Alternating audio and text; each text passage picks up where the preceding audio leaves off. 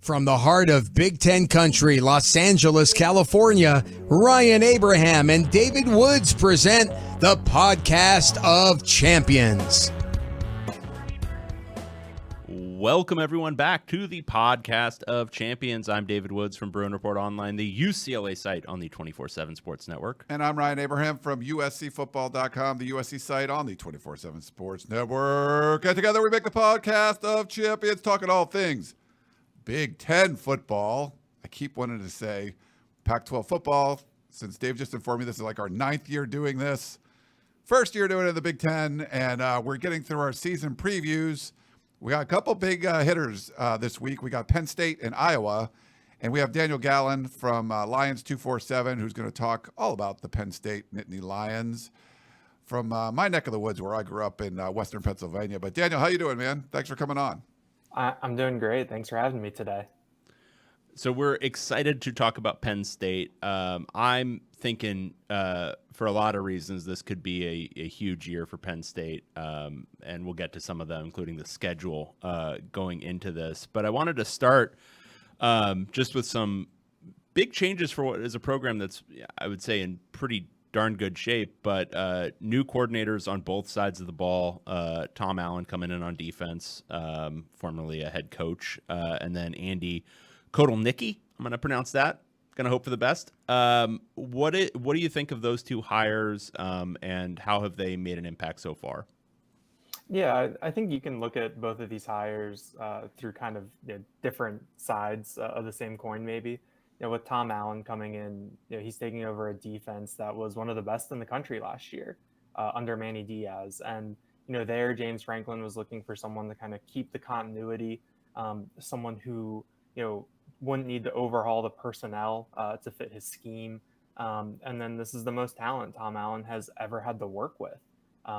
This isn't the Indiana roster anymore where you have to kind of create bespoke roles for different guys to maximize what they're able to do. You got Abdul Carter, you got Denai Dennis Sutton, you've got a couple 5-stars on this defense, and that's kind of where you start from. And then the other side with Andy Kotelnicki, it's kind of you're basically rebuilding it from the ground up. I mean, this offense was not good under Mike Yurcich last year, especially in the biggest games of the year. Michigan, Ohio State, Ole Miss in the bowl game, even though you asterisk that with some of the opt-outs Penn State had.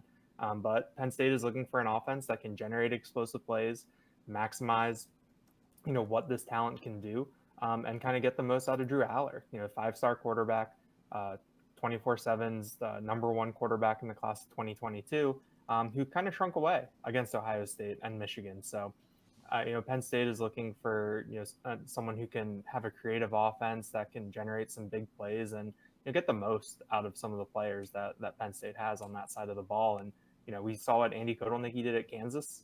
It's kind of the same thing. What can he do with more talent at a place like Penn State? What's interesting about something you said there, and I think it's important for context for a lot of people, is expectations are a little bit different at schools like Penn State, because you mentioned the offense being not good last year. This was a top 25 offense in points per drive last season. They were 21st in points per drive. But the thing is, having watched a little bit of Penn State, I agree with you because it's relative to talent level.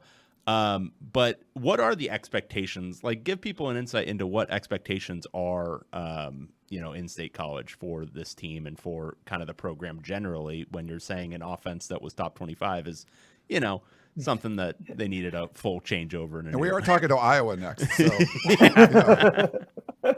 Yeah, I mean, I think that, for a certain segment of people, I think 10-2 as your ceiling, it kind of gets old. Penn State hasn't beaten Ohio State since 2016. They've lost 3 straight to Michigan. And for a little while, both teams had down 2020s, but it looked like Penn State was in that position to, be that number 2, behind Ohio State in the Big Ten East. And then over the past 3 years, Michigan, really flipped the script on, pretty much everyone on that side of the conference. And so, I think that at a certain point, 10-2, that being your ceiling, I think can get pretty frustrating, especially in the 4-team playoff where, you pretty much always had to be a 1-loss team to get in. You'd need a really specific set of circumstances. And for Penn State, if you were 10-2, you were most likely in third place in the Big Ten East. So there was really no path through. So I think that people are kind of wanting to take that next step. I think that there's 134 FBS schools, and more than 100 would probably take what Penn State has right now. But at the same time, James Franklin has acknowledged what the expectations are, and to kind of take that next step to kind of break through. Penn State is one of those programs that is going to really be helped by the expanded playoff. I think that there's something where I forget the exact number, but they would have been in it over these past couple of years. So I think that that's kind of what the people are waiting for, what people want to see. They want to see that next step. They want to see Penn State in the postseason beyond just a New Year's Six game. Yeah, I know when the powers that be came together to create the expanded college football playoff, like Jack Swarbrick from Notre Dame was there, pretty much set themselves up. Hey, the number 5 seed looks like better than the number 1 seed. It's not bad. You get to play a group of 5 team in the first round and host a game and all that, and they don't have to play a conference championship game. But the other team, I think that this is tailor-made for, it seems like Penn State, where if you're a perennial 10-2 team, you are in this field. So if that can happen and it's another 10-2 type of season and Penn State makes it in, where's the fan base level as far as happiness and satisfaction?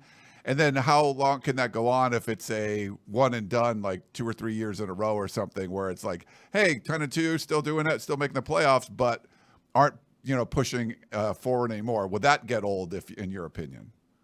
Yeah, I mean, people want national championships here. That's kind of the standard. And there's been certain teams in the past couple of decades that have come close, and then for a variety of reasons, haven't gotten the right poll to vote for them, or I think 94 always comes to mind.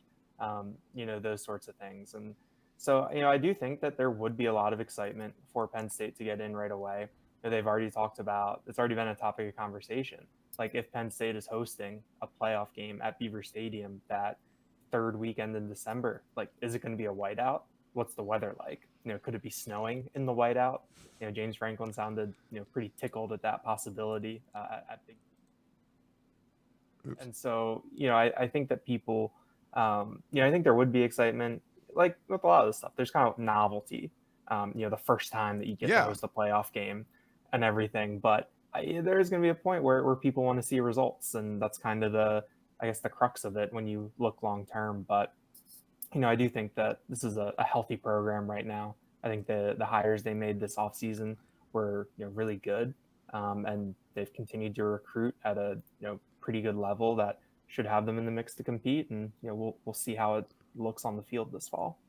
All right, let's dive into that offense a little bit, because I think as we've been kind of circling, that's probably the biggest area for improvement.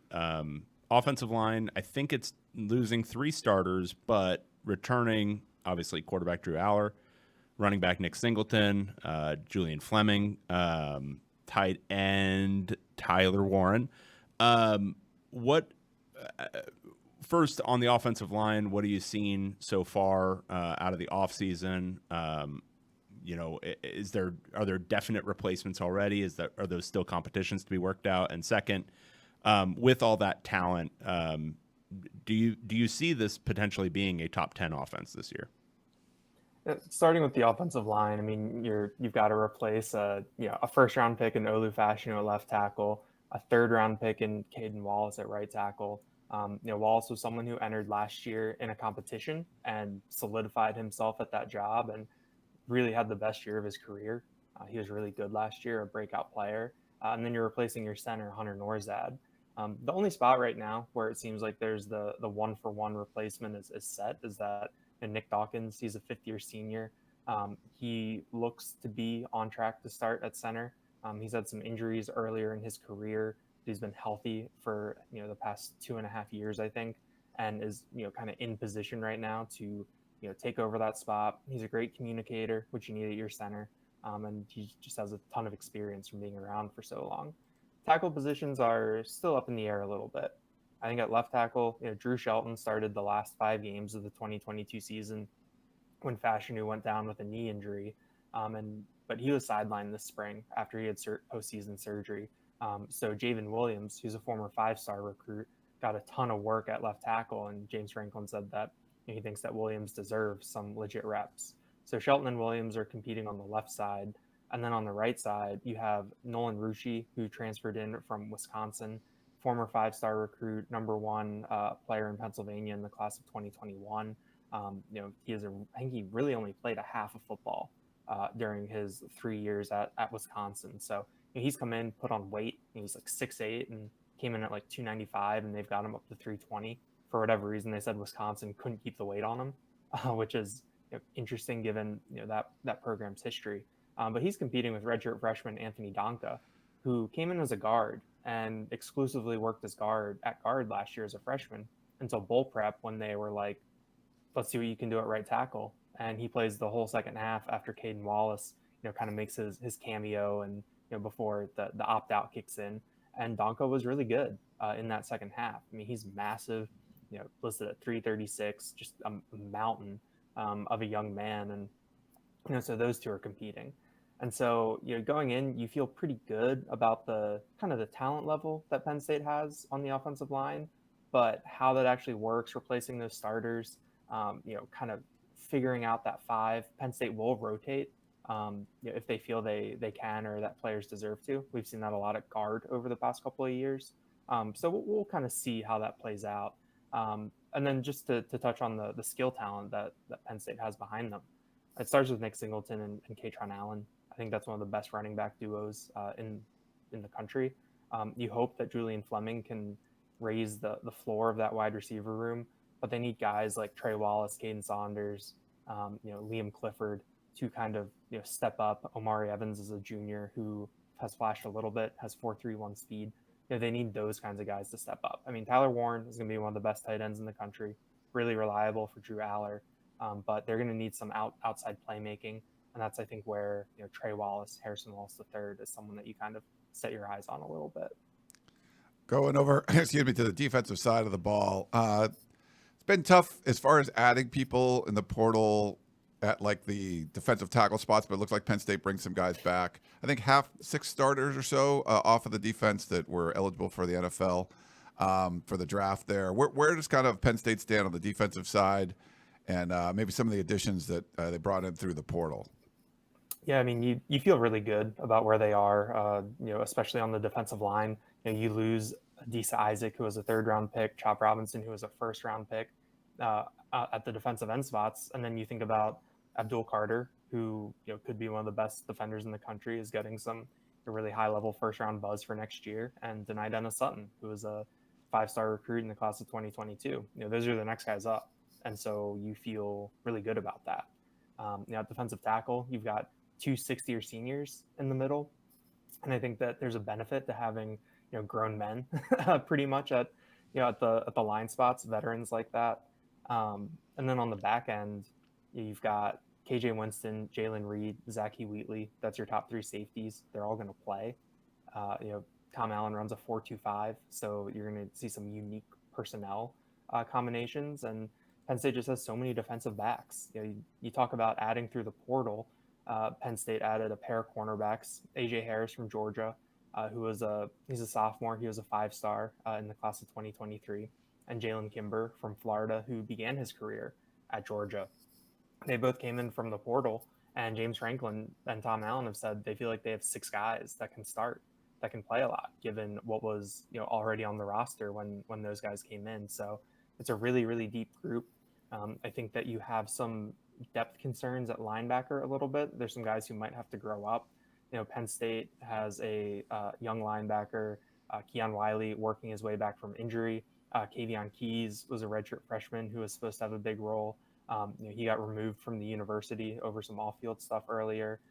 So there, is a little bit of depth there, but at the top, I mean, Kobe King is a 4th-year guy, team captain material, and Tony Rojas is the name to circle, is kind of next up at LBU. I want to dive into that schedule because I think obviously there's a lot of reasons for optimism, I think, surrounding, a fresh, perspective at offensive coordinator. But the schedule might be the number one because for the first time in forever. Penn State doesn't have to play Michigan, and also avoids Oregon. So only has to play Ohio State among the perceived top 4 in the league, which includes Penn State. Analyzing the schedules of the 4, projected to be in the top 4 of the league, Penn State probably has the softest in that they only have to play one of the other 3. And then looking at the way the schedule sets up, obviously, playing West Virginia in the opener is maybe not ideal because West Virginia is actually, generally decent, but still an eminently winnable game. And then it's a pretty easy ramp up into the meat of the schedule, with those 4 after that. And yes, I'm including UCLA among the easy ramp up for Penn State.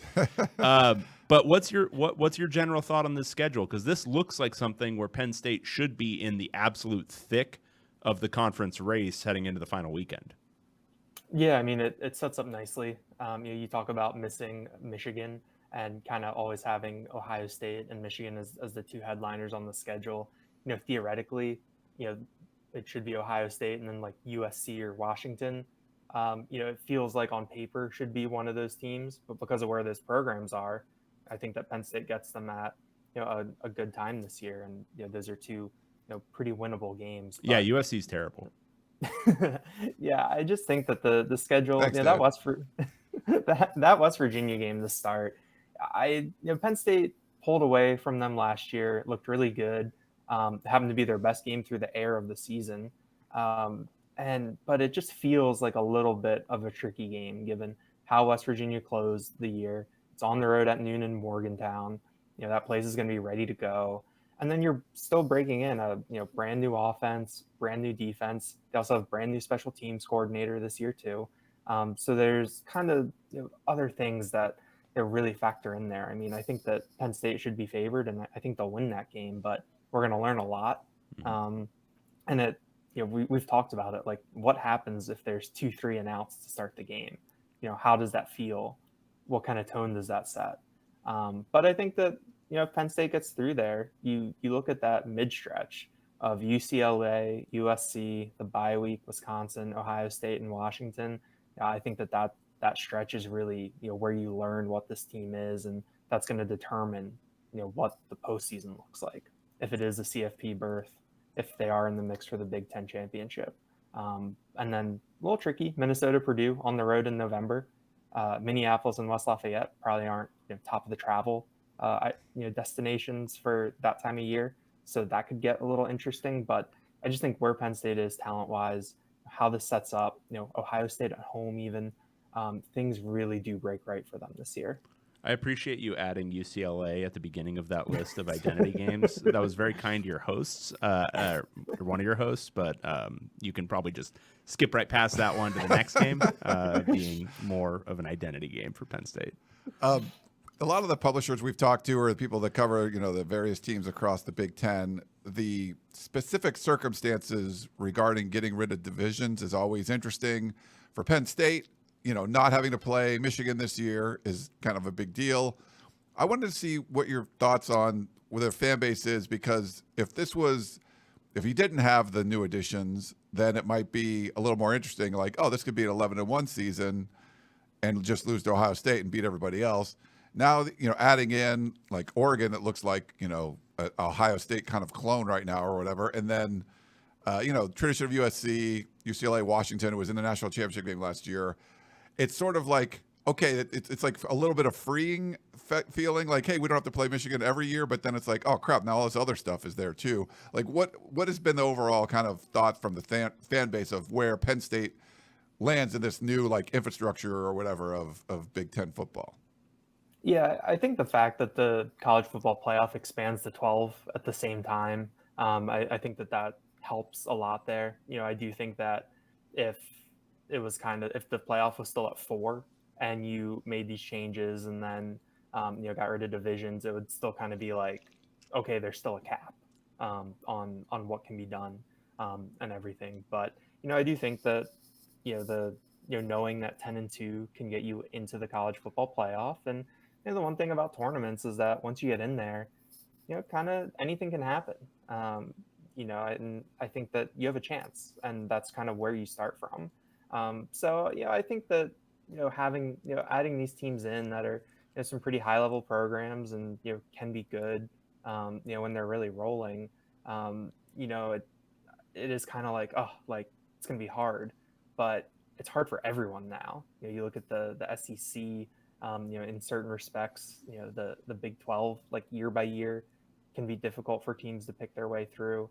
So it's just kind of how it is for everyone at this point. I think that the combination of it getting difficult for everyone, but still having that door get cracked even wider with 12 teams and making a 10-2 season still be something that can get you into the playoffs. I think that softens the blow a little bit there, I think.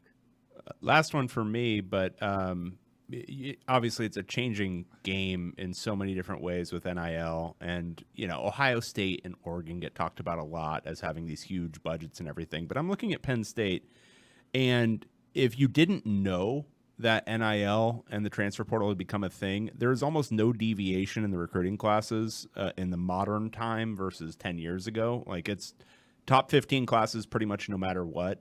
How has the program adjusted to the NIL era? What does NIL funding look like for Penn State? Because just looking at the results, I would assume it's pretty good.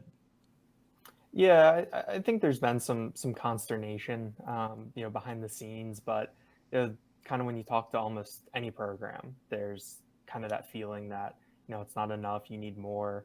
I think that football has been in, decent shape. I know that, some stuff got kind of brought out into the open with basketball a couple years ago when Micah Shrewsbury left for Notre Dame. And that kind of, opened some people's eyes to how things were going. But, James Franklin's philosophy is to underpromise and overdeliver. It's kind of the, what he leans back on, when talking about how they approach the portal and with NIL. And I think that kind of shows with the portal classes that they've brought in. It's a lot of guys that they had previous relationships with. Julian Fleming was the number one player in Pennsylvania in the class of 2020 and picked Ohio State over Penn State. I mentioned Nolan Rucci. He was number one in Pennsylvania in 2021. He picked Wisconsin over Penn State. But James Franklin is big on relationships and not really burning the bridges.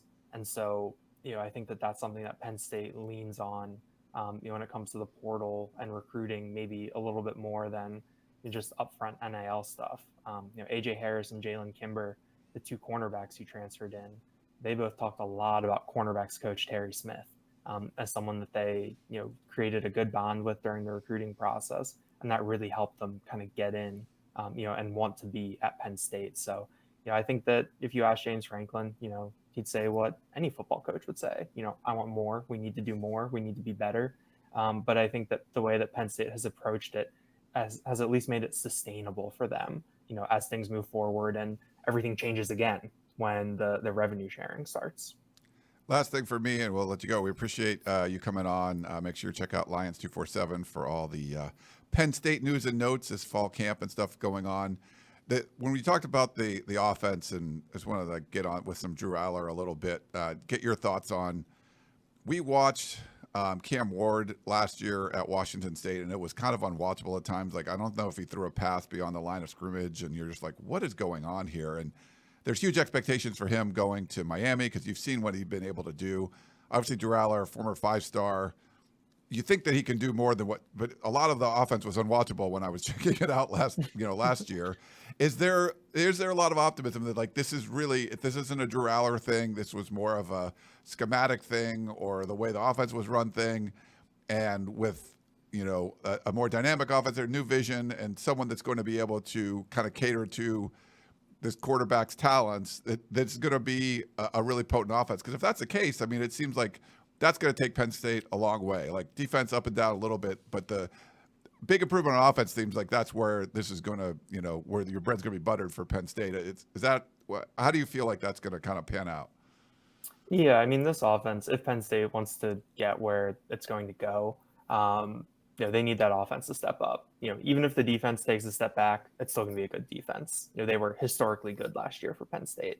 And so I think with Drew Allar, I think in this scheme, the idea is to maximize what these players do well.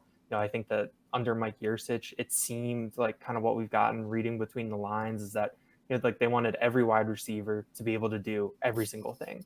And if you couldn't do every single thing, you weren't going to get on the field and you weren't going to play. But you had a guy like Amari Evans who has 4.31 speed. Caden Saunders is, can be a kind of a human joystick back there. I think that he's someone, when you talk about, the horizontal motion, jet motion, he can really benefit from that. He didn't play too much last year. So I think that they have these younger guys that, people want to see on the field, that, they want to get in there. And I think that the hope is that putting those guys in situations to succeed can help Drew Allar. But at the same time, I think that Allar needs to kind of take that step forward. He took care of the ball last year, 2 interceptions, longest stretch of, most pass attempts without an interception to start a career in FBS history. But, when you can't force the ball downfield and you can't move it against Ohio State or Michigan, that kind of loses its luster a little bit. So I think the hope is that Allar takes a step forward, they scheme some things up, and it just kind of unlocks, what he can do, with this group of playmakers around him. All right, Daniel, we really appreciate you coming on and talking about Penn State football. This is a team seems tailor-made for the new expanded playoff, which then it goes 8-4, and everyone's gonna be like, "Oh, what happens?" Or it goes like 11-1 or undefeated. Like, see, we should have had this before, but no, you can't keep anybody happy. But we really appreciate you coming on, man. Thanks for joining us. Thanks for having me. Thanks, Daniel. All right, we're gonna switch right in and talk some Iowa football. My buddy David's here. We're not going to talk Caitlin Clark at all. We're going to talk, maybe a little with the Snubbed. I'm going to unmute him before I forget. So I think this was Did pretty you do smooth. this seamlessly this time? I think this was all seamless. Wow. David, can you hear us and everything? Yeah, I got you guys. How are you? Pretty good. Not too bad. Yeah, we're doing great. I'm just amazed at Ryan being able to seamlessly transition from one person to the next without. Hosting, producing, basically carrying David's, everything around, and then also running the board. Like, it's not easy. So we're figuring out. Jack of all trades, man of the people, Ryan, man. That's so true. So true. You've been a busy guy with over at Hawkeye. Like, there's a lot of stuff going on in the Hawkeye athletic world. Yeah. Caitlin Clark had to be like. Was that phenomena just like absolutely insane for you? Like Twitter and everything, it just must have been crazy. I mean, the last 4 or 5 years have been nuts covering women's basketball, in addition to everything else going on. I mean, you think about this. I mean, Caitlin Clark's basically doubling up point totals that Iowa football, would love to be putting up. But watching the offensive explosion that she has versus the Iowa offense, it's quite a drastic change. But I've always said it's like you take Iowa basketball, men's or women's offense, and you put it with that defense. I mean, you're looking at a powerhouse dynasty, but it's been crazy. And, I've known her and her family since 10th grade. She's from Des Moines, Iowa. And to watch her go from like 500 Instagram followers to, I think, about 3 million now and kind of take over the world, it's been just incredible to kind of watch unfold.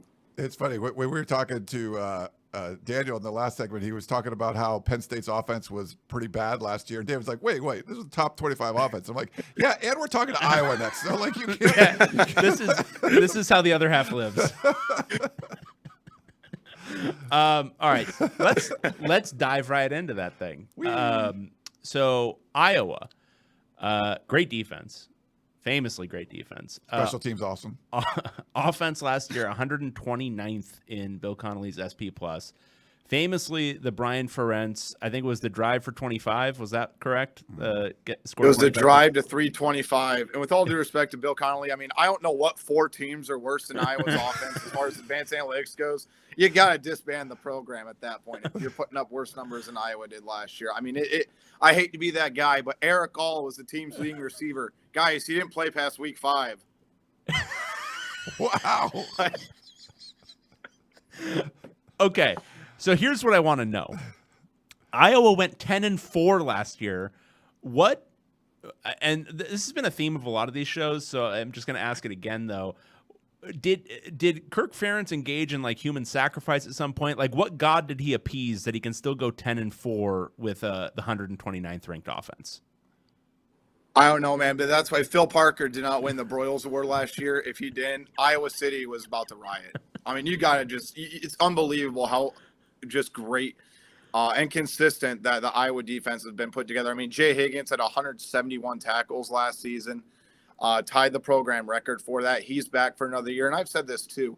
I mean, yes, they lose Cooper DeJean, but this defense, it really is unbelievable. They return 8 of their 11 starters, including what I think is the best linebacking trio in the country in Sebastian Castro, Nick Jackson, who's on his 6th year of eligibility as well, and Jay Higgins. I mean, outside of BYU guys, this might be the most experienced and oldest defense to ever play college football. I mean, Iowa's youngest starting defender might be a 3rd-year guy, and that's Xavier Wampa.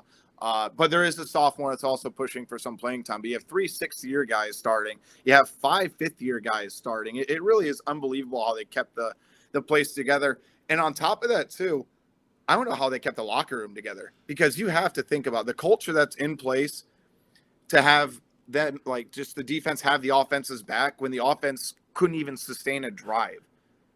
I mean, seriously, it's not even about points at this point. It's about, can you get the defense rest so they don't have to go back on the field after 3 or 4 plays, right? And that was a huge thing last year. I mean, I'll even reference the Penn State game last year. Iowa, of course, got shut out in that game. That's when, everything I felt like really started to go downhill for Iowa was at that game. Iowa's defense was on the field for more than 100 plays. Jeez. In that game. Oh my God. It's got to be demoralizing, right? Like, it's I don't know how they won 10 games and how Kirk Ferentz convinced, hey, you guys were so worked last year on defense. How about you come back for another year? And all of them did outside Cooper DeJean. Yeah. So it's optimism I think is high right now in Iowa City, but definitely some questions on the offensive front, especially at that quarterback position. It's one of those things. So USC's defense was historically bad. Everyone wanted to see like USC's offense and Iowa's defense together, like national championship kind of thing. But I want to see Iowa's offense go against USC's defense. That would have been good too. Yeah. Because the movable object. Yeah. It would just been kind of crazy. But obviously, making changes on that side of the ball, it can't get worse. Like, there's no, I mean, it would be, I said that last year about USC's defense, and I think it did get worse. Is everyone knocking on wood? No? Yeah. But so let everyone know, like, what's changed. And even if you brought in, I mean, they're not bringing in like an air raid type of thing, but if you brought in personnel and coaching to try to like score a bunch of points, that's just not the team philosophy, right? Like, you're trying to be competent, but not put up a whole bunch of points because you want this team to still be relying on defense and special teams, it seems. But let everyone know kind of what the changes were for the offseason. Sure. I think there's a couple notable things. I mean, I've said this last year. I mean, yes, Iowa was dealt a horrible hand injury-wise last year. I mean, they lose Luke Lachey. They lost Eric All. They lost Caden McNamara. And there was just no depth in the quarterback room. But number one, with all due respect to Brian Ferentz, because he's a great O-line coach, he's a great tight end coach. The tight end U tradition really doesn't lie. But you have a guy now who is actually played and has actually coached quarterbacks.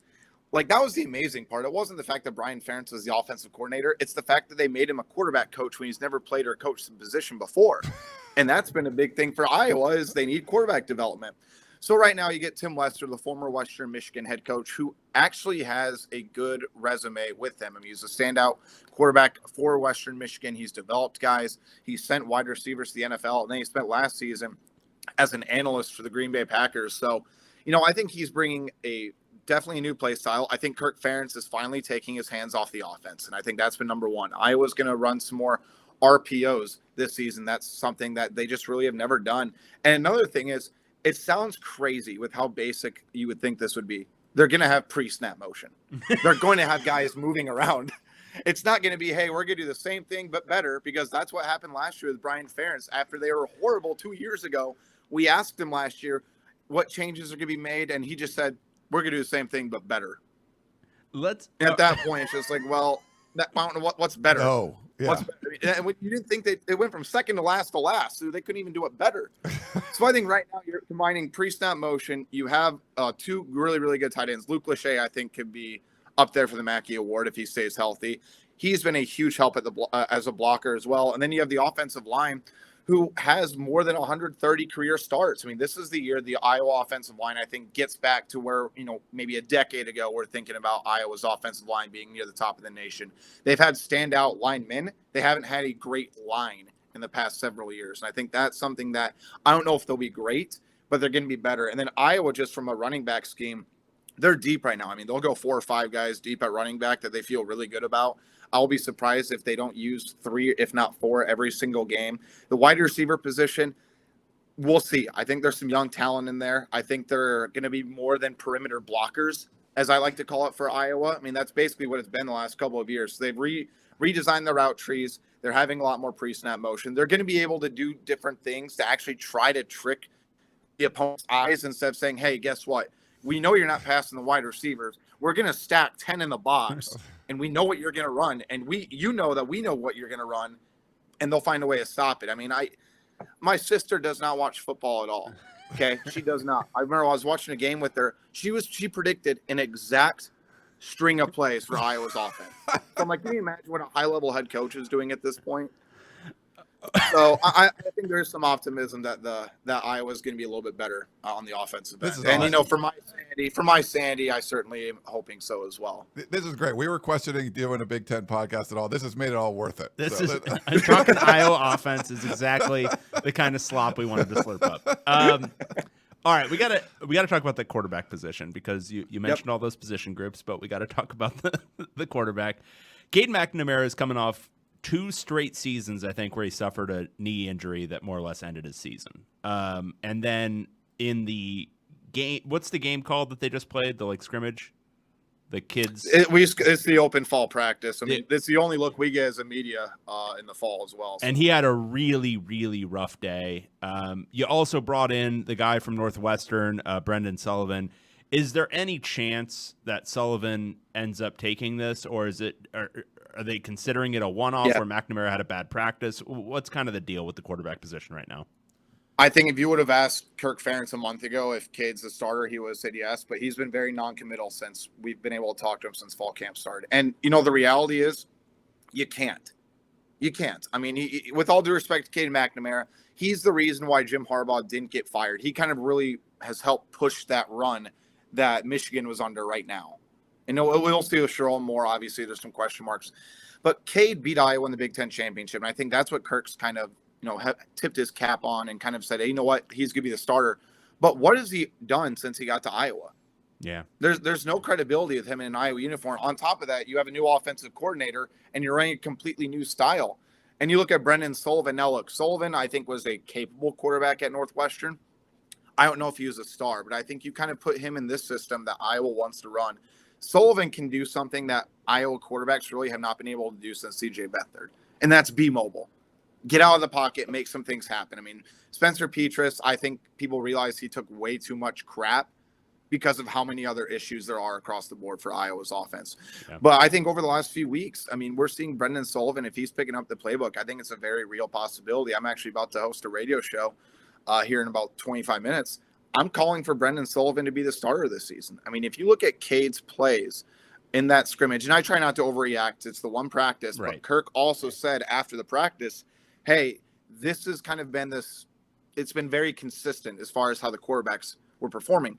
Cade unofficially went 7 of 21, threw a pick 6 for 20 yards, and 6 of the completions were checkdowns.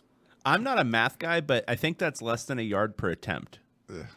I mean, I have so many just cheap shots I could take the Iowa offense right now, but it's like beating a dead horse at this point. Everybody knows, right? But I think Brendan Sullivan, I think he's got some good mobility. I think he made good decisions with his arm as far as, the decisions he thinks he was trying to do. And as far as the fall camp, though, too, I'm of the opinion, I really don't look into the stats too much. I look at, okay, what schemes are they running? I see what they're trying to do. Can I see the vision? And I can see the vision. I think they know what they need to do, but it all comes down to, will Kirk Ferentz have the guts to potentially bench Cade McNamara? Because not only that, remember, he really, I think, kicked off the transfer portal last year. He was really kind of that big first splash that, it just took everybody by surprise. But is he going to have the confidence to say, hey, we know you were a captain last year. He might be a captain this year. Will they bench him? I don't know, but I think it's very irresponsible just to give him the job just because he's Cade McNamara, especially when you consider those stats and everything he ran, guys. He's a 6-year senior. You have to be able to make good completions. Yeah. Well, he'd be offensive MVP last year, 7 completions. Like, that's great. Like, Corey Taylor is the team's offensive MVP last year. I'll stand on that. Yeah, needed him to split the fuel all the time. I know it's fun to talk about the offensive line, and you'd mentioned some really interesting facts about the defense. We did get a question in the chat from yet another Duck fan. How much does the Big Ten, having mostly awful offenses, specifically in the quarterback department, contribute to Iowa's defensive success and perception?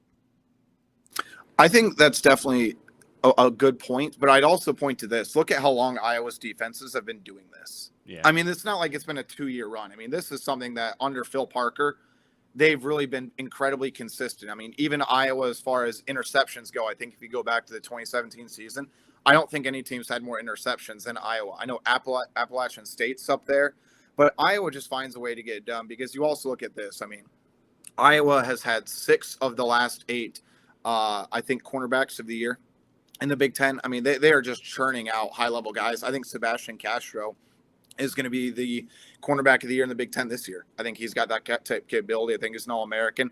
I think it's an interesting point, but I also look at this. I mean, Iowa played 3 ranked teams last year. The totals were not good, even on the point. But I also look at this.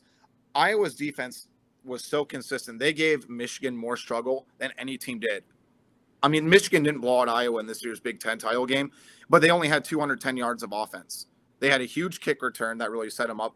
2 of the touchdown drives started inside the 7-yard line. It's not like they had a long way to go. It's because Iowa's special teams faltered when it couldn't, and the offense turned it over where they couldn't. So I think it's definitely a fair point, but I just look at the longevity that Kirk Ferentz has had and the run of great defensive players that they've been able to do. And again, Iowa's defense really isn't that complicated. I mean, you guys have watched them on film. I mean, it's just they're so dang efficient in what they do. But I am interested now when they go up against Oregon, when they go up against USC, when they go up against these more West Coast style offenses. Will Iowa not only be able to hold up, will they be able to consistently hold up? Because I know some people look back at the USC Iowa game from 2019. It's a completely different world, and it's also about, hey, you don't have a month to prepare for this. And I'm also interested at the same time, with UCLA, with USC, how are they going to be able to have the offensive success against the Big Ten, where it is a totally different style of football. It's a lot line play oriented, and it's a really, really good defensive teams. So I think it's kind of two sides of the coin. But I'm definitely interested, again, once Iowa plays Ohio State, once they play USC, once they play up against these high-level teams, will they be able to hold up? I think for the most part, yeah. And it's all going to come down to, will the defense be able to have some rest at all? So looking at this schedule for Iowa this year, it's pretty interesting because it's almost like the Big Ten gave them like a transitional year of still kind of Big Ten Westy scheduling. Yeah. They avoid Michigan, Oregon, and Penn State. So 3 of the top 4 teams in the league. It seems set up for, I mean, even a Iowa team that's similarly constituted to last year to still end up with a pretty decent record, even in this kind of new league with 4 new teams. What's your sense of the schedule? What do you think of the make or break games? Yeah, I mean, I think, number one, I think that Nebraska game is going to be a huge game. I think that's going to separate Iowa from a 9-win season or a 10-win season. I'm actually buying stock in Nebraska for the first time. Yeah, me too. In what feels like a decade. I think Matt Rule's a good coach. I think he's the guy that gets it done. And I'm also going to look at that Iowa State game. Because Iowa State, I'm still buying a little bit of stock into them. And typically when Iowa has big years, they beat Iowa State. And so, I think there's a lot of revenge on the mind of Cyclones. But I'm of also the belief, guys, I know some other Iowa writers feel that way. I think it's a make or break year for Iowa football if they want to make the playoffs under Kirk Ferentz, because I think Kirk Ferentz has a few years left in him. But you look at Iowa's 18 returning starters. But that schedule, Iowa's likely going to be favored in 11 of the 12 games. And I'm of the belief where if Iowa goes 10-2, but they get blown out by Ohio State, they're not making the top 12. Iowa has to compete with Ohio State. They either have to win, which I don't think they will. They have to find a way to make it a 4-quarter game, because I think the committee would love nothing more than to throw in a 9-3 Tennessee team or a 9-3 Ole Miss team over a 10-2 Iowa team. And the other part of it is, I think it's better for Iowa if they don't find a way to weasel their way into the Big Ten championship, because if they get blown out by Ohio State twice, they're not making the playoff. It doesn't matter if they were in the Big Ten championship. But I think you just look at all the returning stars that Iowa has this year. I think the pressure should be on. I think Kirk's been unbelievably consistent, but with the 12-team playoff and that schedule and all of that returning stars, I think it's a playoffs or bust, or I think it's a failure of a season. I was looking at the schedule from last year, David. We cover college football for a while. We cover the Pac-12. Do you remember the last time we covered a shutout? David, do you remember? Me? David Woods, sorry. Me? Yeah. Was there a shutout in the Pac-12 like since in the last like 3 years? I can't remember one. I can't remember. Okay. Iowa was involved in 4 shutouts last year. They shut out Rutgers, but were shut out by Penn State, Michigan, and Tennessee. Like every ranked team, Iowa didn't score a point against a ranked team last year. Is that correct? True. In True. 3 games. Yep. Like how insane is? I know we weren't going to talk about this, but that was just it's a okay. weird stat for me. Like I don't remember. That was funny. I was literally waiting for you to break. I almost brought up one of my answers, but I'm like, I think Ryan's gonna hold it down. I think he's gonna find a way to sneak that in the conversation. But involved in 4 shutouts, even if just those don't happen in college football. The last time it happened with a Pac-12 team, I think, was Stanford in like 2012, 2013, like when they had those really, really good teams. That was the last time, even remotely close to that. That's crazy. Yeah. I ran out of ways to describe the offense, guys. I mean, that's the truth of the matter. I mean, what else can you say? Well, I guess in a different context. So Kirk Ferentz, like from like an outsider perspective, like he's basically like, Iowa's version of whoever. I mean, he's been there forever. He's been there 25 years now. Produced a lot of really, really good teams. What's the fan base impression of him at this point? And like, have Iowa fans like adopted over the years? Like, okay, I just like watching good defense. I don't really care about offense. Or are there a lot of them just like clamoring for, please just run a like normal spread offense. Please just run something that I can like actually watch them score points. Or is it kind of, I don't know, Stockholm syndrome at this point? Yeah, I think it's an interesting question. I mean, I think there's still a great portion of the fan base. They're very Kirk Ferentz loyalist. It really doesn't matter. He wins games. He turns out good kids, and they find a way to get things done.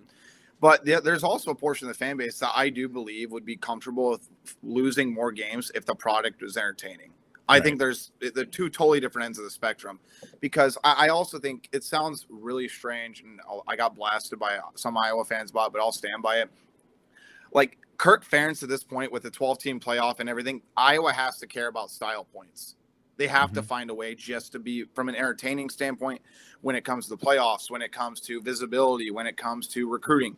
Iowa has to be fun. They have to put up some style points, and especially with that schedule, because again, if Iowa goes 11-1 with a blowout loss to Ohio State, they get to the Big Ten championship, they get blown out. Guess what?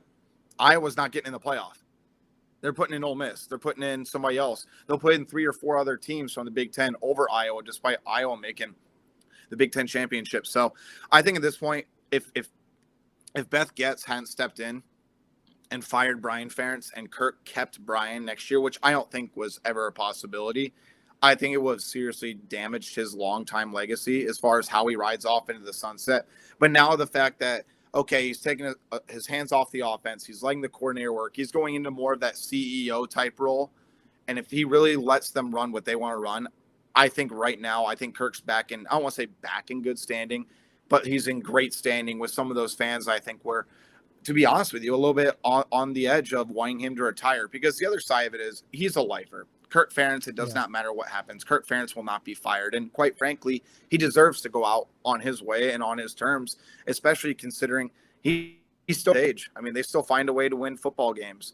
But definitely with the new age of college football, I've been a little bit surprised about how willing Kirk Ferentz has been to accept it. But you're right. I think there's still a portion of the fan base that is in wait and see mode. I think they're a little bit frustrated with how everything is going. But again, you get Tim Lester. You have all this returning starting experience. There's a lot of reasons to be optimistic. But if Brian Ferentz came back again, I mean, to be honest with you, I was surprised Brian even came back last year, because I know there was a lot of fans that were still just as pent up.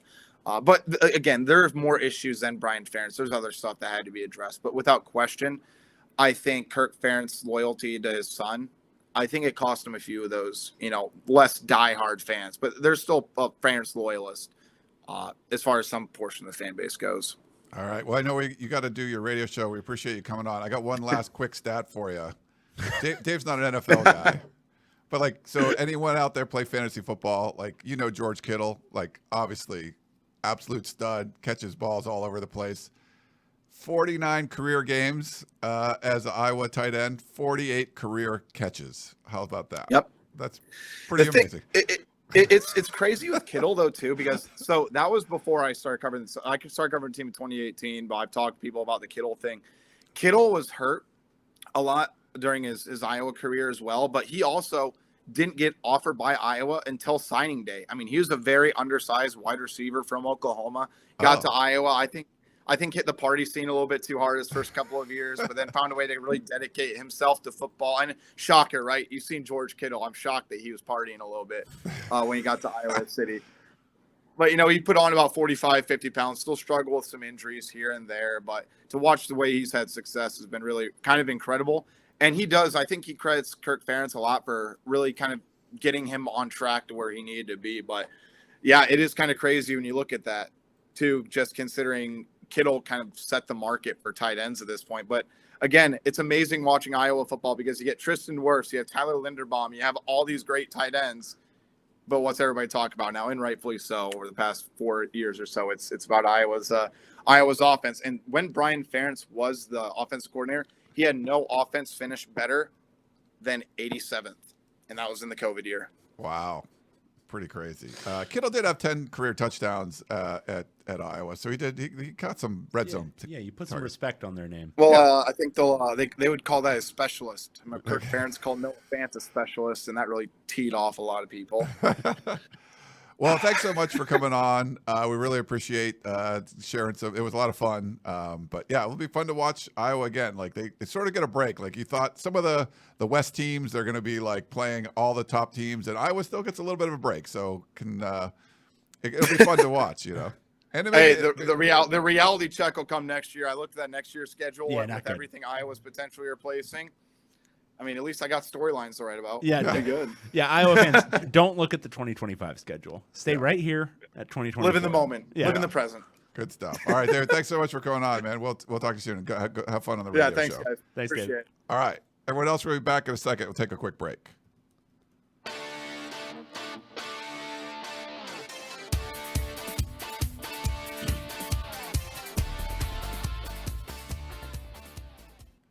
All right.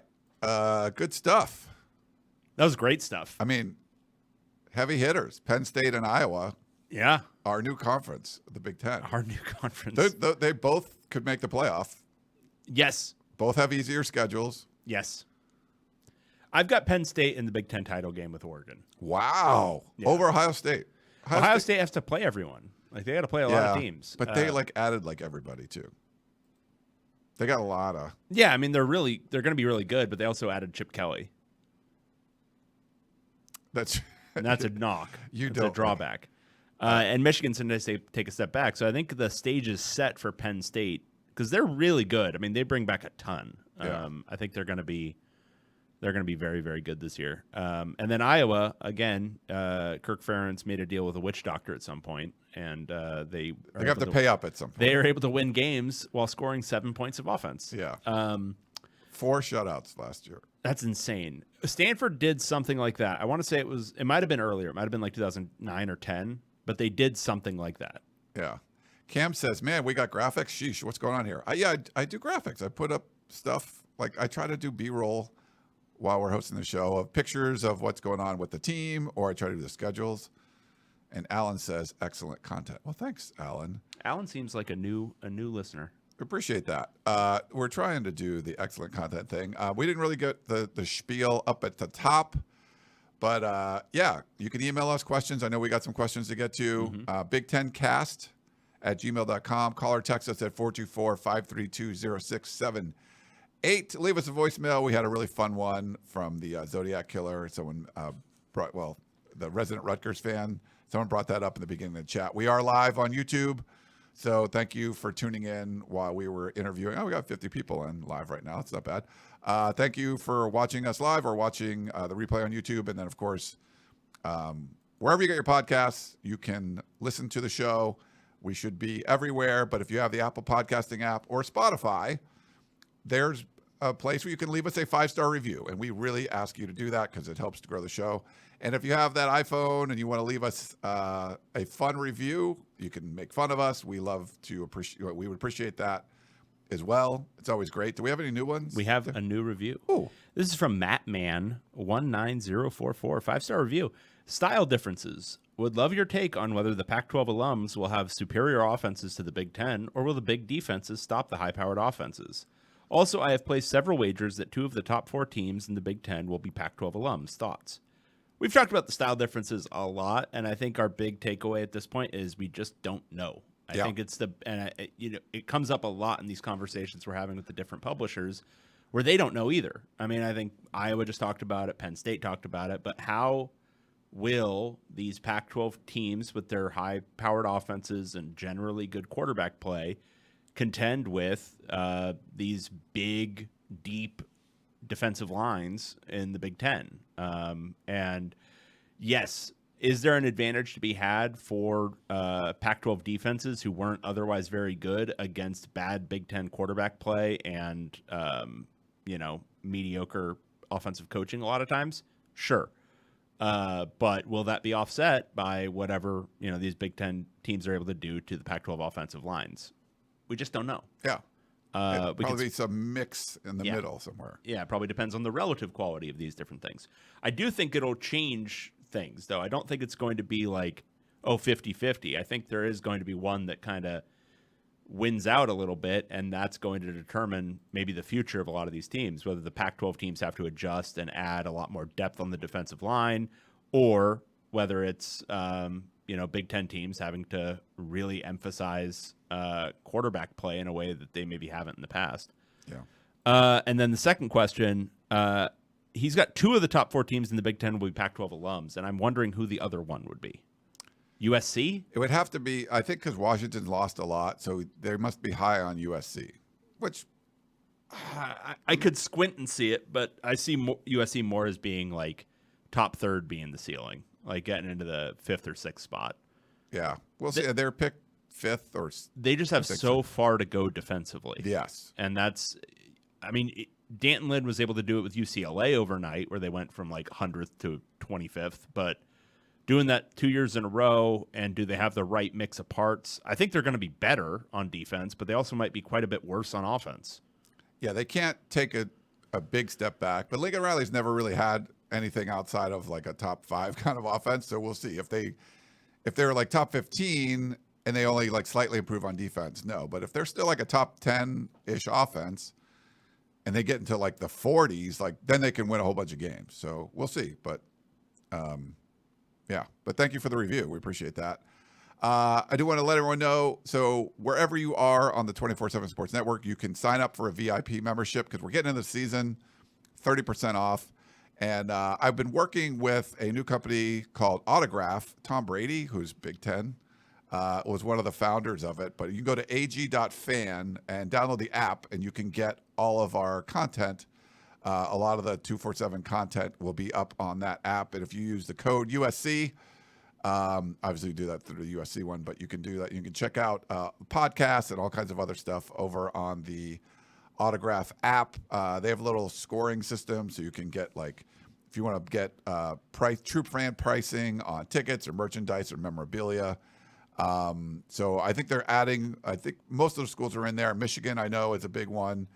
They started out there. They started with USC, and I think they're adding a lot of the other Big Ten schools. So if you want to go check out Autograph, ag.fan, and if you download the app, you can use promo code USC to get it. So let you guys know about that. We got the AP poll that came out. Mm-hmm. Did you look at this yet?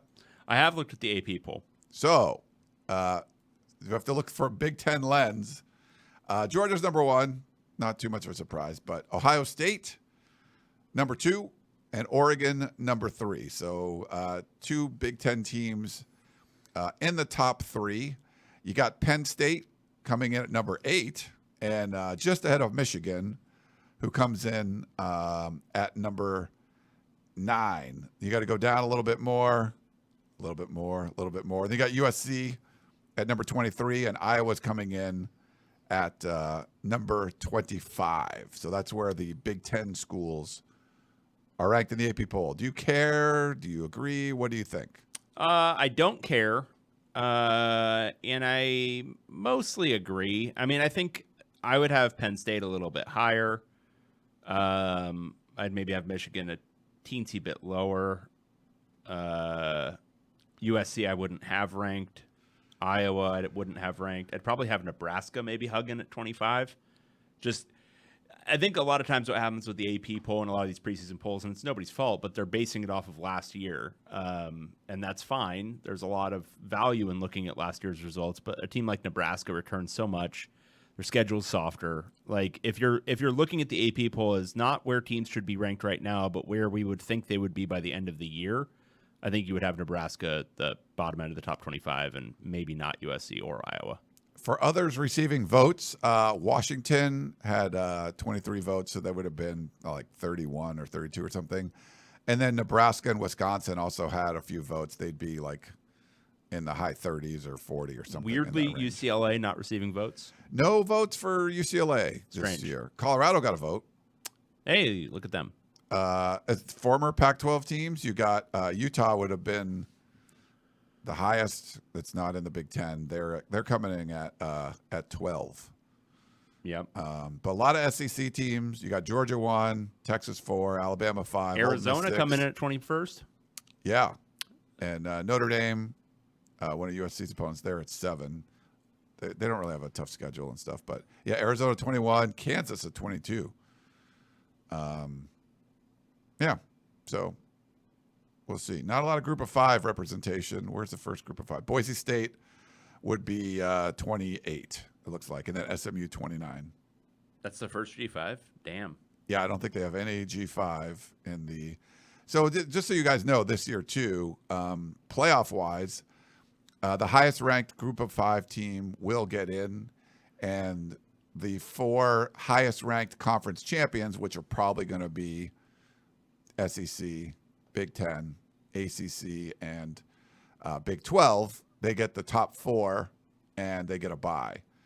But there's a lot of arguments that number 5 could actually be a little bit better, because you end up playing, probably the Group of 5 team coming at number 12, and then the champion of the weakest conference, the 4 seed. So, because you could have the number 4 seed could be out of the top 12, so like if the Big 12 like sort of beats out, everyone gets beat up, and your Big 12 champions like 9-3, maybe they're like 12th or 13th, but they get the number 4 seed because they're the 4th highest ranked conference champion. Mm-hmm. So that 5 spot, you get an easier game theoretically just playing the 12, and you host it, and then you'd get to play the 4. So, which they could be like, not even in the top 10. A 12-team playoff is very stupid. We all agree. This is an interesting way to do it, and I think you might end up screwing like the top seeds a little bit. It's a very stupid way to run a playoff. Yeah. Ryan, I have a question for you. When USC goes 6-6 or 7-5 this year, will Lincoln Riley be on the hot seat entering next season? Okay, so what are you saying? If USC goes what? When USC goes 6-6 or 7-5 this year, okay, will Lincoln Riley be on the hot seat entering next season? No. So I think there would be tremendous pressure on Lincoln Riley if that was the case, if that's what they do. But he also has a massive, massive contract. And I love that we're at the stage now where it's not his resume, it's not the things he's done in the past, it's just the albatross of a contract that's hanging around his neck. I think you will go all in to hire. USC's never hired someone like that. I think Chip Kelly was the same thing, right? Like UCLA. I like how you've come to terms with that now. No, but they hadn't hired someone like Chip Kelly. Like he was a proven Ryan winner. Abraham quote, Chip Kelly was the same thing, referring to Lincoln Riley. Let's get that quoted out of period. Boom. UCLA had never hired a proven head coach. I mean, okay, outside of Carl Durrell, who was in the top half of the NFL as far as wide receiver coaches go, like you can't pass on a guy. Was like he that. though? But I think like when USC hired like Howard Jones in like the 20s, who won a national championship at Yale, like that was the last time they hired someone that was like successful college head coach before. So you had to go all in on him. I don't know the details of the contract, but I know some of them. And it's not good as far as like, if you wanted to fire him after 4 years, it would cost a lot of money. So I don't think USC would put him on the hot seat. He would probably be a lot of pressure going into the Big Ten. Do you think he would consider maybe taking an offensive coordinator role for a fellow Big Ten team at that point? Say Michigan. I don't think so. Or maybe Ohio State will have an opening. I think if he leaves, it would be like an NFL job, but that means USC has to be good. Like, right. if they're mediocre, I don't think the NFL would hire him, and I don't think USC would get rid of him. And then maybe he'll go begging for jobs starting in November of next year and look at a variety of different schools, including talking to Kirk Ferentz for Iowa, and then maybe even looking at the Boston College head coaching job, Seahawks, Bears, all of their offensive coordinator jobs, and then eventually land at a position, maybe at, I don't know, some school where he has a buddy who he previously coached at some point. I'm not sure that would be the exact career You don't path, think so? Oh, okay. But that sounds like an interesting. I mean, that seems seems not unlikely, plausible. right? Yeah, like who would do that? It doesn't seem like that. That's very fictional. Like you have a Power 4 job in a major market like Los Angeles, for example, and you would decide to leave for an offensive coordinator position at a conference mate. That seems odd. Yeah, I don't think that would happen. Like that's not reasonable. No, it seems crazy. Yeah, good stuff. So what if he got the Iowa job? Like, what would you think of Iowa? If Chip Kelly was the coach for the offensive coordinator for Iowa? Because his run schemes are very, very good. At Iowa, I think he would be a massive upgrade. Yeah. At Ohio State, I am not convinced he's going to be an upgrade over what they were doing previously. Okay. But at Iowa, yeah. I mean, you add Chip Kelly to that, I think they would immediately jump into the top 100. But it might be a long road after that because what he runs now requires a big learning curve. But even just, I mean, he can kind of, put together a run offense from chewing gum and baling wire. Yeah. And Iowa would love a good run offense. Yep. So good stuff there. Okay. Should we get to questions? Let's get to some questions. I think so. Is there anything else? We've got Eric first. I think that's it. Okay. All right. Ryan and Judge Doom. This is from Eric in Philadelphia. I'm listening to last week's episode and Ryan's take on what transit should be. Did he watch Who Framed Roger Rabbit and come away thinking Judge Doom had good ideas? Unfortunately, Dave is correct. What a great... I should have that on my tombstone, right? Unfortunately, Dave is correct. Unfortunately, Dave is correct, and we'd need a time machine to get a proper system in LA, but that doesn't mean LA can't still invest in transit infrastructure to try to take some cars off the road and making it a little less congested for those driving. Keep it mediocre. Eric in Philadelphia. I don't know what you said about transit anymore. I don't remember. It was 5 full days ago. However, I will say, there's a lot to this. So originally when they were building the freeways, they were all intended to have light rail in the middle of them. So like all the freeway systems, and the only one that currently does is the one that was built most recently, which is the 105. Yeah. But they were all intended to originally have that, which would also mitigate some of these issues. Why didn't that happen? Because once again, General Motors, oil companies, tire companies, car companies, all of them together conspired to make it so these things can't happen. That's why we don't have public transit in LA that works. Yeah, that's it. But I mean, I guess you could figure out a way to try to add some streetcars and stuff again, but you would be taking away lanes of traffic, especially in like on side streets. There's no way to do it anymore because everything is so impacted. Now you should do that and just tell people to get on the friggin' bus or get on the train or get on the trolley or whatever it is. But they're never going to. So, yeah. We're just stuck with what we've got. Eric's in Philly. I'm not listening to your takes on LA traffic, Eric. You're in Philly, first of all. With the Olympics, the mayor, Karen Bass, is saying she wants a carless 17 days in Los Angeles. And she's asking employers to say you can all work from home for 17 days, which obviously that's not good. I want to go to the end of a rainbow and find a pot of gold at the end of it. I would love that. She was like, well, we'll use buses. Like, can you imagine the insane, like, I would like it if the clouds were actually made out of marshmallow and it was perspective, but you could actually reach up and grab them. Yeah. And then just grab some marshmallow and eat it. It's absolutely insane what she's saying, but what if candy rained from the sky instead of water? Yeah. Know that We episode will- of The Simpsons where everything is made out of chocolate suddenly? Like, that's basically what we're doing. It was like here. Willy Wonka kind of stuff. Yeah. I would love that.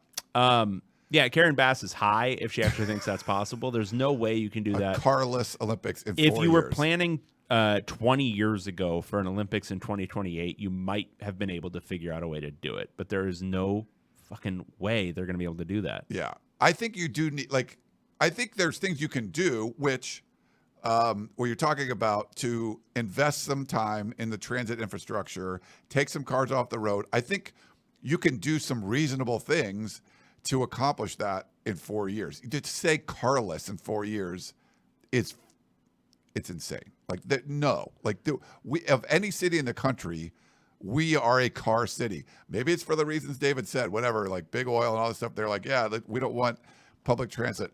I lived in the Bay Area for a while, shortly after like the earthquake stuff was happening in like the 90s. LA lost the 10 freeway for a while. They worked on that for 6 months straight, 24 hours a day, and got it back up. I think it was the 880 for like the big earthquake up in the Bay Area, like the baseball one. And I don't think they ever even brought it back. Like in Northern California, they're still trying to like get away from cars, but LA, you just can't. Like anything that happens. There was a big fire from a homeless encampment under the 10 freeway a year or two ago, and they got that thing back up and running like super fast. And like everyone knows, you need all these freeways for LA to exist. So to say carless in 4 years is insanity. I mean, unless she truly intends to basically invest $1 trillion in LA's infrastructure and build an entire public transit system from essentially scratch, but that's not going to happen. Like to do that. I mean, when you talk about it, it is, I mean, essentially the way it is, and it's how it's got to be. But like talking about the freeways, like this wasn't a designed plan to basically get people entirely dependent on cars. Well, it was, and they crushed literally the company that was in charge of all of this bought all the streetcars and then disbanded them and turned them into buses because they want, the company that supplied the buses was General Motors. But that was all 80 years ago. And unless you're planning to fix something that happened 80 years ago, Karen Bass, it's going to be a car full Olympics. Yeah. We're going to have cars. Yeah. Lots of cars. Now, maybe you'll be able to do drive them all to some big lot and then have people bus in from there to wherever you want them to be. Yeah. But that's about all you can hope for. James said in the chat, during the 84 Olympics, traffic was great. 2 weeks of free flow traffic. It may never happen again. I wasn't here then, but I'd read about that they thought it was going to be Armageddon traffic-wise, and it wasn't that bad. So, yeah, maybe there's some... No, there's a great video of people driving in LA from the 1980s, and there's this video I saw one time, and it was so surreal. It was somebody leaving South LA at 4 p.m. on a Friday and driving to Sepulveda Pass and not experiencing a single slowdown, and it's because there were a lot fewer people here then. And so in the Olympics in 84, there were a lot of people who came to town, and I'm sure people were expecting the traffic to be bad. But traffic in LA is now an abomination. It's the worst thing you can imagine. And it's because there are millions and millions and millions of more people. Yeah, there is a lot. Than there were then. But anyway, that's enough about public transit. Yeah. This is a college football show. Is it really? Judge Doom. We have from West Texas Mike in Las Vegas. Jesus Christ is the subject, or Jezus. At this point, when someone asks whether the former Pac-12 teams can compete with, and he gives a bullet list, the physicality of the Big Ten, the impassioned fan bases of the Big Ten, the inimitable marching bands of the Big Ten, the unsurpassable coronary artery diseases of the Big Ten. Can we just tell them to F off? It's too much. They're wearing me out already. We can't tell them to F off yet. And also, this is a Big Ten show. We love you. Yeah. We can't tell them to F off yet, but it will be interesting to see how the season goes. It'll be interesting to see how Oregon does. It'll be interesting to see how USC does, and Washington and UCLA. If they do better than expected, then I think you can feel free to say, fuck off. Yeah. Oh, hey, real quick, our buddy Matthew in the chat says Stanford had 3 conference shutouts in 2010. There we go. 2010. Thank you, Matthew. I'm going to Google, while you read this next one, I'm going to Google college football shutouts. Like, has there been many? Yeah. This is from Crispy Bruin. Your car warranty has expired. DJ David and the Big Rye Ham. Compliments on your suitably off-the-rails podcast this past week. Hopefully this new spark for the show helps to rekindle your clearly faltering relationship. Since DDW put out a call for a Civil War-themed backdrop, I've shirked my work duties for 15 minutes to slap together 2 images for your consideration in this primarily audio-based medium. Are you able to save these and then post them as on the show? Oh, probably not. No. Let me see. You can't do them that quickly? I think just number 1 is probably the best one. All right, I'll try this. Yeah. Now on to the main event. He'll get that ready. Now on to the main event. With the chili-fied closing ceremony passed, we have officially begun a new Olympic cycle. Given that the host nation in 2028 will have automatic berths for all events, inquiring minds demand to know. You have 4 years to train. Fate of the universe on the line. The Martians have the death beam pointed at Earth. What's the one LA28 event you would be able to qualify for? Obviously, no one expects you to medal, what with the high level of athleticism required for Olympic competition. But if it's do or die, what sport is getting you a ridiculous Ralph Lauren uniform? Keep it weird, Crispy Bruin. I know my answer. It's very easy. What's your answer? Shooting. Yeah, I would probably have to go because, like, you'll be 57. Yeah, and like, I mean, I'd be best at beach volleyball, like the most competitive, but I would not be. Like, no. So it can't be anything that requires quick twitch athleticism of any sort. Yeah. Like it cannot be, because that doesn't get better as you get older. No. I'll be 42. You'll be 57. Like I'm not like. It's got to be shooting. I could do golf. Archery. Yeah. Like a skill, like a game, essentially. I can do one of those, but there's no way. No sport. Not breakdancing. No. Like in theory, I guess I could take like golf lessons up the wazoo and like. No, but there's no chance that chance that you're making the team. Right. Well, we're not making the team on anything. The only thing you could make it like if you did nothing for the next 4 years but shoot, like target practice with a pistol. You don't think you could get good enough that you could qualify for the Olympic team? I'm okay at that now. The funny thing, like, and I don't even, unfortunately, you see stories and you don't know if they're real. Like, I didn't watch shooting, but the guy from Turkey, like, who just came in, and everyone, the shooting people have like, it looked like RoboCop. Yeah, and he just walks up with a t-shirt and jeans hands on, in his pocket, boom, boom, and gets a silver medal. Like that really happened, right? This isn't this AI thing that I've seen in like my feeds. So that actually happened. Yeah. So that gives you hope that you could do something like that. Yeah. Well, obviously that's the one we would have to pick. Like you can talk about beach volleyball all you want. There is no way. No, but what I'd be best at. Like, well, it's not what you would be best at. It's what you would have the best chance of qualifying at. Yeah. So here I'm putting the. Like I'm best at. I mean, is ping pong still an Olympic sport? Yeah. Yeah. I'm best at ping pong, but I'm not going to beat anyone at ping pong. No, those guys are insane. Yeah. The stuff that they do. I got the picture up of us as Civil War generals. Beautiful. Am I signing? I'm the. I think you're the North. Yeah. I'm signing the paperwork there. Yeah, I think you're Robert E. Lee here, and I am Ulysses S. Grant. Yeah. Oh, and then the victory bell is there. Okay. Yeah. So you guys can see that if you're watching on YouTube. I think we need to make that some sort of like off-season logo or something. We need this for that.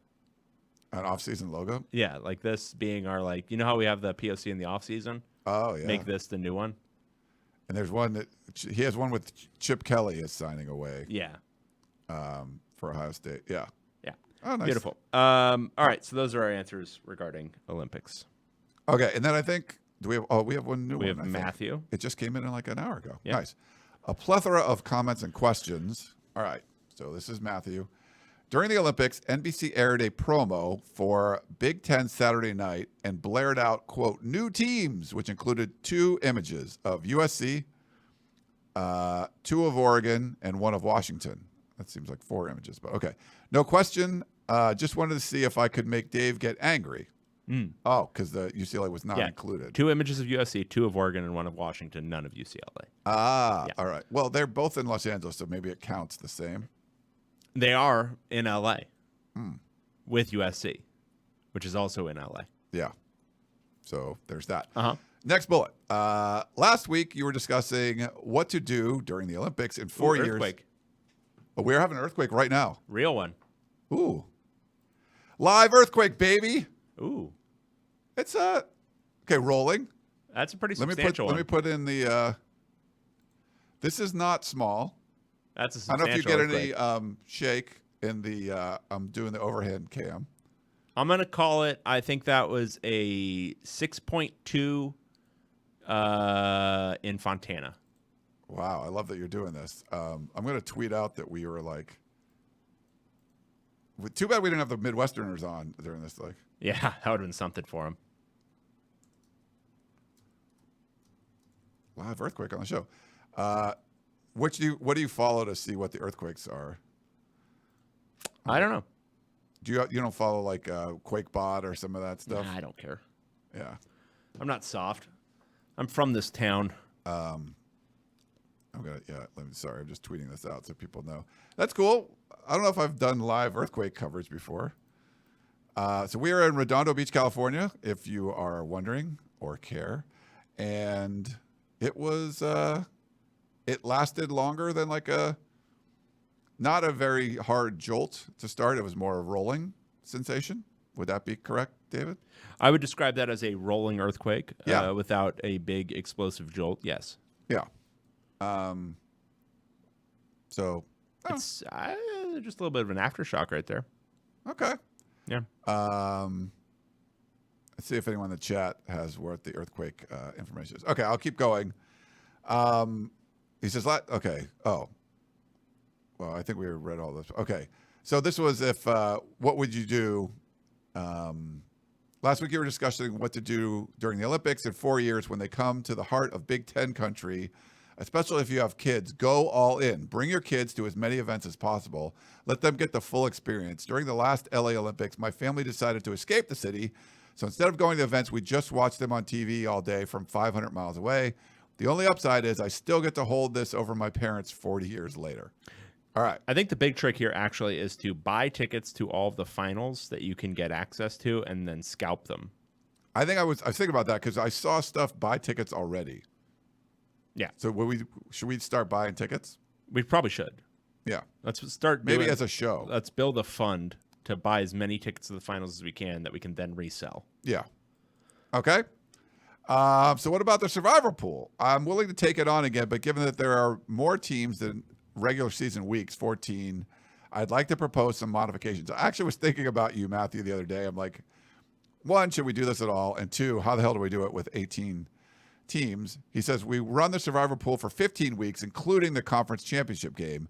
Now you have to save a pick for your best team if you want to go all the way.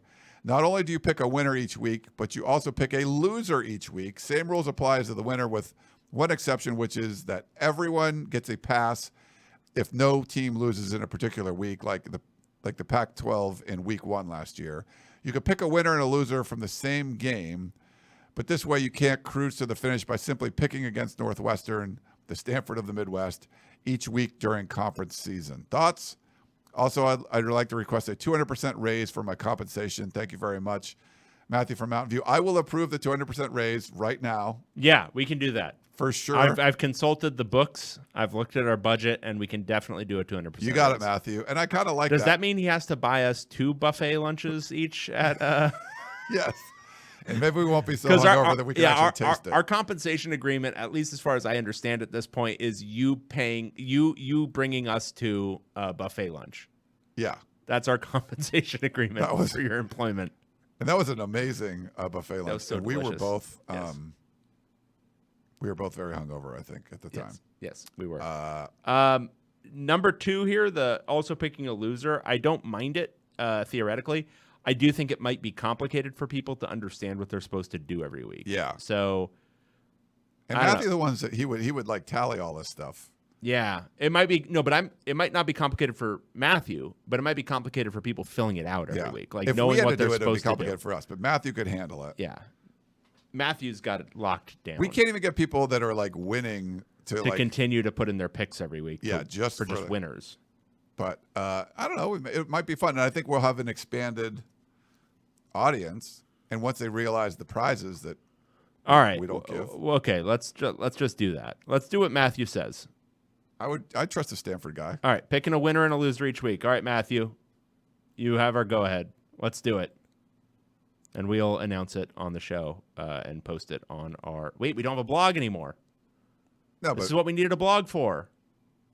What the content we put, like, it's just got to go up on 247. You know. Okay. I mean, I don't know. That's what. All right, fine. We'll have people go to the website that we work at. That's fine. Is that better? Yeah, probably. I think it's better. I think it's better. Because then maybe it'll be shared. It will be shared. So I create the content item on USCFootball.com, but David can put it up on Bro in the UCLA skin, and whoever our guests are, they can put it in their own skin. So it can go. It'll be across the network, so anyone can. I love you calling it skin. Put it in their skin. It's, just so it looks hideous way to describe it. I don't know. It's just the way it. Yeah. If you go to Bro, you want it to look like it says Bruin Report Online at the top and all that stuff. Mm-hmm. But it's the same content. We just have a different skin. That's what they used to call it at Scout, I think, or maybe Rivals. I don't know. Yeah. I've been a part of a bunch of networks. No one said what the earthquake was. It was a 4.7 magnitude earthquake taking place in South Pasadena. Oh, okay. So what are we, 20 miles from, or 25 miles from Pasadena, you think? I mean, a lot of people are saying it was big, the way they felt it. Yeah, it could be closer to the surface. So it was, but we felt it pretty good here, and it lasted a significant amount of time, like above average duration. And, you know, I don't know if you got to see it in the, if you're watching on YouTube, but yeah, good stuff. All right. Anything else? I have nothing else. I think we're good. Spent. I am spent too. That was a lot of good stuff. That was some great stuff. So we have 4 teams left. We have Wisconsin. All right, let's do them. Wisconsin, Michigan State, Purdue, and Northwestern. Wow. Okay. So we're going to try to do, those publishers willing, Michigan State and Wisconsin next week, and then we don't have publishers for Purdue and Northwestern. 247 doesn't have publishers for them. So we are instead going to get some other guests to talk about both of them, and that'll probably be a little bit shorter, and we'll get into game week previews that week too. Yeah. So we'll have a lot to discuss. All righty. Well, thank you guys for tuning in. Hope you guys all enjoyed the show, and we will talk to you next time. Goodbye.